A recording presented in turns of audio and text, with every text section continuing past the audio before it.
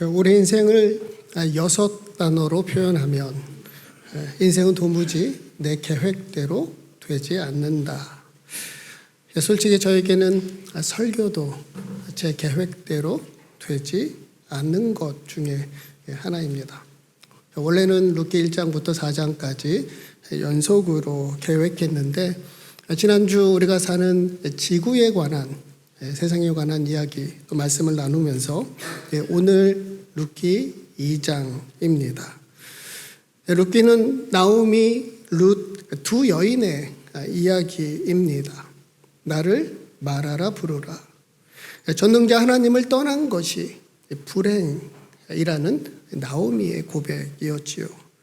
다만 인생의 쓴맛, 혹독한 흉년이라도 하나님을 인정하고 신뢰하는 자는 무너지지 않는다.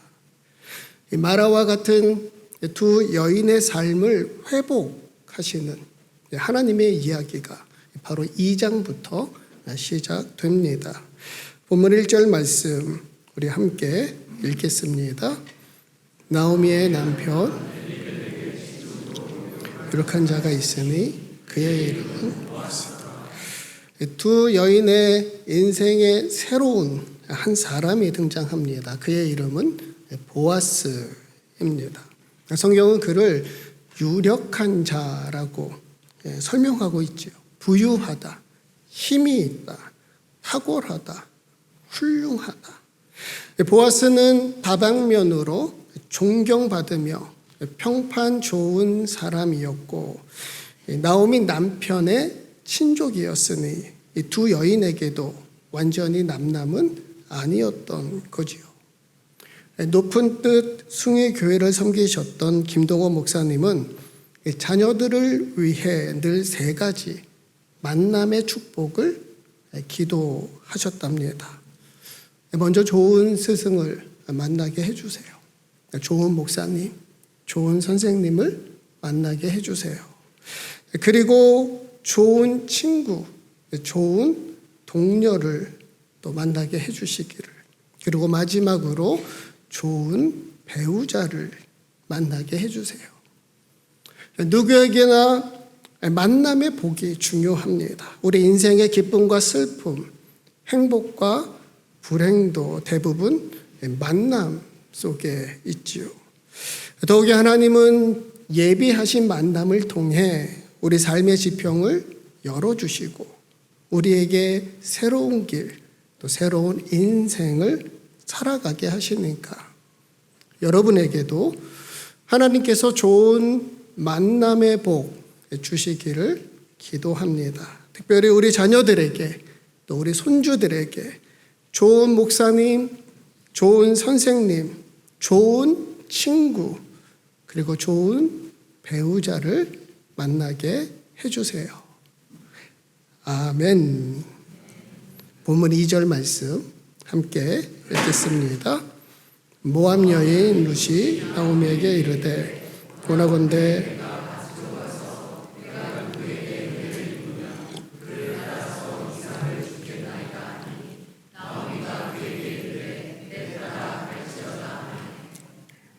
룻은 모압 여인입니다. 여기서 모압 여인이란 표현은 룻이 어떤 사람인지를 한마디로 요약한 말이라 할 수 있어요.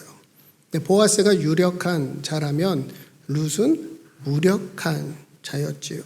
하나님의 언약 밖에 있는 모압 사람이었고 하나님의 은혜 받을 자격 없는 이방 여인이었으니까 그럼에도 룻은 은혜를 사모합니다. 내가 누구에게 은혜를 입으면 그를 따라서 이삭을 주겠나이다. 막상 시어머니 나오미를 따라 베들레헴까지 왔지만 아무것도 남은 게 없고 도와줄 사람 없어요. 당장 먹고 살 일이 막막한 겁니다. 다른 사람 같으면 그냥 주저앉아 신세 한탄이나 했을 상황인데도 룻은 은혜를 기대합니다. 히브리서 4장 말씀이지요. 때를 따라 돕는 은혜를 얻기 위하여 은혜의 보좌 앞으로 담대히 나아갈 것이니라. 하나님은 스스로 도울 수 없는 자를 도우시니까 은혜 받을 만한 자격은 없지만 때를 따라 돕는 은혜를 얻기 위하여 룻은 이삭을 주우러 나아갑니다. 본문의 말씀에 보면 그때 나오미가 이렇게 말해요. 내 딸아 갈지어다. 성경에 기록된 건 아니지만 그렇게 이삭을 주우러 나아가는 룻의 뒷모습을 보며 나오미는 하나님께 기도하지 않았을까요? 비록 자신은 전능자 하나님을 떠나 마라와 같은 인생을 살아왔지만 은혜를 사모하는 딸에게 전능자 하나님께서 때를 따라 돕는 은혜를 베풀어 주옵소서. 나오미는 모든 걸 잃고 아무것도 남은 게 없는 텅 빈 인생이라 생각했지요. 하지만 그녀에게 여전히 남은 게 있었지요. 하나님께로 돌아갈 선택의 기회가 남았고 하나님께 기도할 자녀의 특권이 남아 있었다. 이삭 줍기가 가난한 자들의 특권이라면 기도는 은혜를 사모하는 자들의 특권입니다. 가진 것이 없어도 누구나 기도할 수 있습니다. 사람의 도움이 없어도 우리는 기도할 수 있어요. 세상 소망 다 사라져 가도 우리는 기도할 수 있습니다. 여러분 기억하세요. 우리가 기도하면 하나님은 일하신다. 본문 3절 4절 말씀 우리 함께 읽습니다. 룻이 가서 베는 자를 따라 우연히 엘리멜렉의 친족 보아스에게 속한 밭에 이르렀더라. 마침 보아스가 베는 자들에게 이르되 여호와께서 너희와 함께 하시기를 원하노라 하니 그들이 대답하되 당신에게 복 주시기를 원하나이다 하니라. 오늘 말씀에서 가장 극적인 장면이지요. 룻과 보아스의 운명적인 만남이 이루어집니다. 여러분 흔히 인생은 타이밍이라 하지요.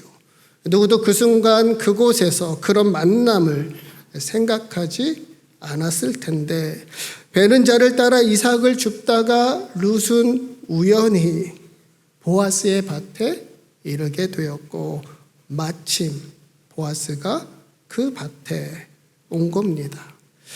한마디로 이들 만남은 우연이 아니야. 영국 성공의 주교였던 윌리엄 템플은 말합니다. 내가 기도할 때 우연 같은 일이 일어나지만 기도하지 않으면 어떤 일도 일어나지 않는다. 우연한 일인 것 같지만 세상에 우연한 일이 있나요? 세상에 우연은 없다. 우연 같은 일들도 우리가 기도할 때 더 빈번하게 일어나고 실은 그 모든 일들이 하나님의 일하시고 이루시는 역사이지요. 해서 알버트 아인슈타인은 이렇게 말합니다. 우연은 익명으로 일하시는 하나님의 방식이다. 우연은 익명으로 머무시는 하나님의 일하시는 방식이다. 하나님은 때로 자신을 드러내지 않으십니다. 그저 우연이라는 이름 뒤에 숨어 우리의 삶을 이끌어 가세요.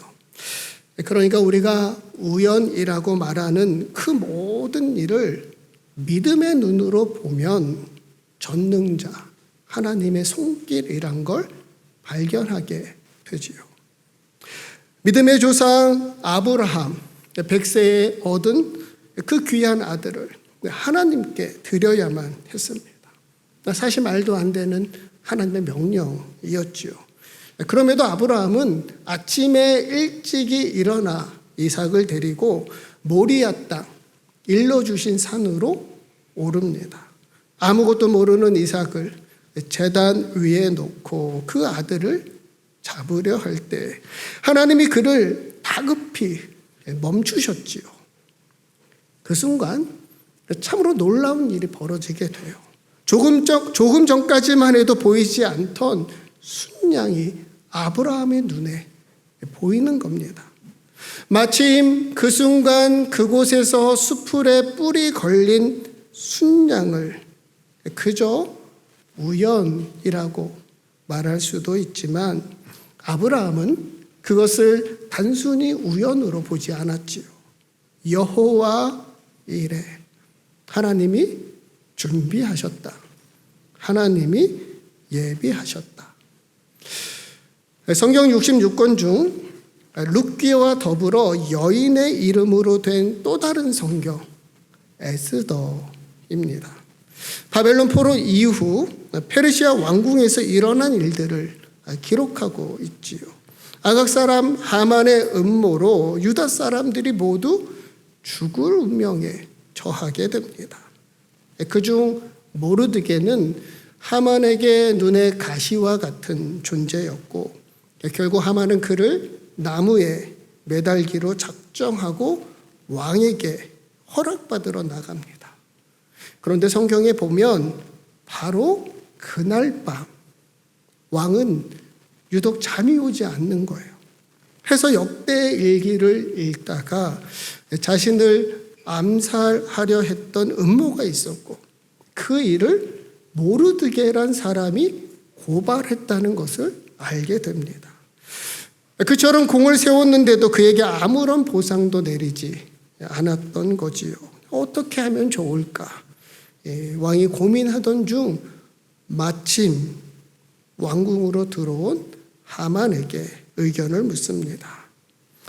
말씀을 읽어보면 참 타이밍이 절묘합니다. 모르드게를 죽이기로 작정한 바로 그날 밤에 왕은 우연히 모르드게의 일을 알게 되었고 마침 왕궁에 있던 하만은 이 왕이 내리는 상이 자기를 위한 거라는 착각으로 결국 놀라운 반전이 일어납니다. 모르드게를 매달려고 했던 나무에 도리어 하만이 매달리게 되었고 죽을 운명에 처했던 유다 사람들은 모두 구원받지요. 여러분, 이 모든 일이 그저 우연이라고 말할 수 있을까요? 하나님이 아니고서는 절대로 일어날 수 없었던 기적이었지요. 이사야 28장 29절 말씀 우리 함께 읽겠습니다. 이도 그의 명령은 기묘하며 지혜는 광대하니라. 이사야 선지자는 선포합니다. 전능자 하나님만이 우리 역사의 주인이시다. 하나님으로부터 모든 것이 일어나고 하나님의 계획은 놀라우며 하나님의 지혜는 위대하시도다. 하나님이 하시는 일의 시종을 우리는 알 수 없으나 하나님의 뜻을 하나님의 방법으로 온전히 행하시고 이루신다. 성경에 한 번도 언급된 말은 아니지만 하나님이 이처럼 일하시고 이루시는 방식을 우리는 하나님의 섭리라고 표현합니다. 영어로 providence, 한자로 다스릴 섭, 다스릴 리. 때로는 은밀하게, 때로는 위대하게 하나님이 세상을 다스리시고 돌보시며 하나님의 뜻 선하고 아름답게 이루어 가신다. 바로 우리의 신앙 고백이지요. 여러분, 하나님은 세상을 창조하시고 그저 세상 밖에서 팔짱 끼고 구경만 하시는 분이 아니십니다. 그렇다고 우리 인간을 꼭두각시 인형이나 로봇처럼 만들지도 않으셨지요. 이미 정해진 운명에 따라 우리 인생이 모두 결정되었고 세상이 프로그램처럼 돌아가는 건 아닌 거지요. 때로는 달콤하고 때로는 쓴맛 같은 우리 인생 속에서 모든 것을 합력하여 선을 이루신다는 믿음, 그것이 바로 섭리 신앙입니다. 하나님의 섭리를 믿는 우리 그리스도인들에게는 전통적으로 세 가지 유익이 있다라고 가르쳐 왔어요. 첫 번째, 모든 역경을 겸손히 받아들이고 하나님을 더욱 의지하게 한다. 우리는 세상의 모든 고통과 고난을 이해할 수 없습니다. 왜 그런 일이 일어나는지 이유나 목적을 알 수 없는 경우가 태반이지요. 그래서 더 힘들고 고통스러워요. 그러나 하나님의 섭리를 믿기에 힘들고 어려운 역경 속에서도 하나님께 더 가까이, 더 깊이 나아갈 수 있지요. 고난 속에서 말씀하시는 하나님의 음성을 듣습니다. 고통 속에서 깨닫게 하시는 하나님의 깊으신 뜻을 발견합니다. 하여 모든 역경을 겸손히 받아들이고 하나님을 더욱 의지하게 한다. 둘째는 교만하지 않고 모든 일에 하나님께 감사하게 한다. 여러분, 우리는 작은 성공이나 승리에도 교만해지기가 쉽습니다. 쉽게 처음 마음, 처음 감동 잃어버리고 모든 게 나의 노력, 나의 수고라 생각하니 그에 합당한 대우, 대가, 인정을 받기 원하죠. 그러니 감사가 범사에 사라져요. 모든 일에 감사가 없어져요. 그러나 모든 게 하나님의 섭리라고 인정하면 매사 겸손하게 되고 범사에 감사하게 됩니다. 모든 것이 다 하나님의 은혜라 믿으니까. 셋째, 쓸데없는 불안과 염려에 빠지지 않는다. 하나님이 살아계시고 역사하시며 우리와 함께 하시니 불안하거나 염려할 필요가 없다는 거지요. 물론 우리가 하나님의 섭리를 믿는다고 항상 기뻐하고 모든 일이 잘 되고 늘 평안한 일만 있는 것은 아닙니다. 다만 우리에게는 걱정거리, 근심거리, 염려거리를 감사함으로 하나님께 아뢰 기도의 특권이 있지요. 빌립보서 4장 6절 말씀 우리 함께 읽겠습니다. 아무것도 기도와 간구로 너희 구할 것을 감사함으로 하나님께 아뢰라. 그래서 종교개혁자 존 칼빈은 확신합니다. 일이 좋은 방향으로 되었을 때 감사한 마음을 가지는 것, 역경 가운데 인내하는 것, 미래에 대한 불안으로부터 참으로 자유케 되는 것은 모두가 이러한 섭리의 지식에서 비롯된다. 마지막 6절, 7절 말씀 우리 함께 읽겠습니다. 베는 자를 거느리 사환이 대답하여 이르되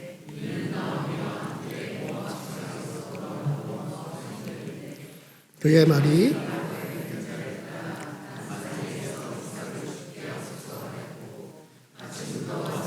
잠시 집에서 쉰 외에 지금까지 계속하는 중입니다. 사환은 룻의 부지런함, 성실함을 주인 보아스에게 보고합니다. 사실 보아스가 묻지 않은 칭찬까지도 덧붙여요. 그렇게 룻과 보아스의 만남이 시작하게 되고 이는 분명 하나님의 주도적인 섭리입니다. 그런데 이 우연 같은 일들이 이 우연 같은 만남이 특별한 사건이 되기까지 룻의 부지런함, 성실함이 있었다는 것 결코 빼놓을 수 없지요. 여러분, 만약 룻이 자신의 신세만 한탄하며 아무 일도 하지 않았다면 걱정과 절망에 빠져 무기력한 모습으로 대충 일했다면, 힘들다고 오전에만 일하고 집으로 돌아갔다면 어떻게 되었을까요? 우연 같은 기적은 일어나지 않았을지도 몰라요. 잠언에 이런 말씀이 있습니다. 사람의 부귀는 부지런한 것이니라. 부지런한 사람에게는 귀한 열매가 따라온다는 겁니다. 하나님은 우리 역사, 우리 인생을 섭리 가운데 주도적으로 이끌어 가십니다. 그러나 동시에 우리의 수고, 책임도 귀히 여기시지요. 하나님의 섭리가 우리의 게으름, 나태함을 결코 정당화하지 않습니다. 때를 따라 돕는 은혜를 얻기 위하여 우리도 이삭을 주우러 나아가야 합니다. 기도해야 할 때 기도하고, 일해야 할 때 일하고, 섬겨야 할 때 섬기고, 쉬어야 할 때 쉬는 우리의 평범한 일상에서 우연 같은 기적도 일어나고 하나님의 섭리도 이루어지는 거지요. 더욱이 오늘의 일상이 우리의 인생이 되고, 인생이 일생이 되고, 일생이 우리의 영원으로 이어질 테니까 모든 것을 합력하여 선을 이루시는 하나님의 섭리를 믿으며 날마다 평범한 일상을 비범한 은혜로 만들어가는 저와 여러분, 우리 시드니 교회 되기를 주님의 이름으로 축복합니다.